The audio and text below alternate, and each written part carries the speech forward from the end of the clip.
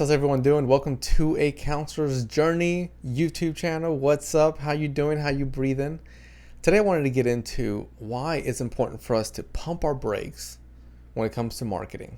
And some people out there may be like, whoa, I'm about to click this video off, so please don't. I think a lot of us get so eager because when it comes to wanting to market or engaging in marketing, we get the big picture, right? Marketing means you're bringing someone in and you get to do your work. And we're clinicians. We want to work. Enough of the writing blogs and doing all these other things that have to do with marketing and building funnels. We want to sit with a patient, build a relationship, support them, and then move forward. See people move forward in life. It's beautiful. It's what allows us to connect to one another. Whenever we're in these conferences and we're all clinicians, we get that at a core element. We love the work that we do. We are passionate about the work that we do. So I wanted to take some time today to kind of push us or pull us back a little bit when it comes to being eager beaver on their marketing and instead looking at logistics. And the reason is really simple. Imagine that you start to work with someone and they get a full caseload for you, 40 clients starting on Monday. You got an 8 to 5 good to go, and you look at the numbers and you're like, man, if I keep this going, I'll be at 100, 200,000 this year. So far you're grinning from cheek to cheek, you're smiling. But then the first one comes in and you don't have systems. Your logistics is not in place. They want to pay with a card, but you don't have that. You're not able to process their card. They want to use insurance. You're not sure about how to process a claim. You got to call the insurance company. You're not sure about what that conversation looks like. Their insurance company denied the claim. You're not sure about what to do with that denial. This person wants a super bill. You're thinking, super who? Right? The person wants to do a telehealth appointment. You're struggling to figure out, can I even do a telehealth? How do I do a telehealth? Someone emails and they email a question regarding a counseling service that you provide. So then you spend hours writing the email versus having a template that you can go to, a system in place. And I use this example over and over so that, it's clear and it makes sense.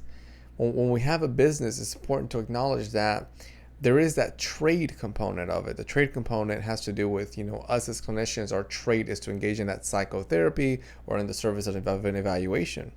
But what about the other components? The entrepreneur side, the manager, the supervisor within a business. When you think about a typical business, there is members within that organization, right? There's like a CEO, a CFO. There's, somebody looks at the numbers. There's a janitor, if you will. And we wear many hats, but it's important to acknowledge if we're wearing them effectively. So with this conversation, I wanted to steer a little bit away from all the fancy and creative, which I love. I love creative ways to market, versus just the old school cold call. I love doing that. I think a lot of you out there know that. But let's look at logistics within your business. And then I want you to think about some questions. Do you have systems where if you hired me or another clinician, they're able to come in and they're able to just know what to do? Like you have a system for them. An example of that would be if there's a system for intake calls. You're able to bring in a clinician and say, this is how we do an intake onboarding. So if a new patient comes in, we have a system such as an EHR system. The EHR system says, click here. That button's on your website. That button takes them to the EHR system. Let's say the EHR system is Simple Practice. They click there to see your calendar. And then from there, they agree to the appointment. And then that sends you a link that says, hey, yes, I want to bring this person in. And then you have another system that connects to that one that sends them all the intake documents to sign. And there's another system within that has the appointment reminder, right? So these type of systems we want to implement logistically within our organization so that it gives it a strong infrastructure. That way, whenever you've got this full caseload and people are coming in, they have a beautiful experience. We don't want to go in the other direction where we're bringing everybody in, but they don't have that experience.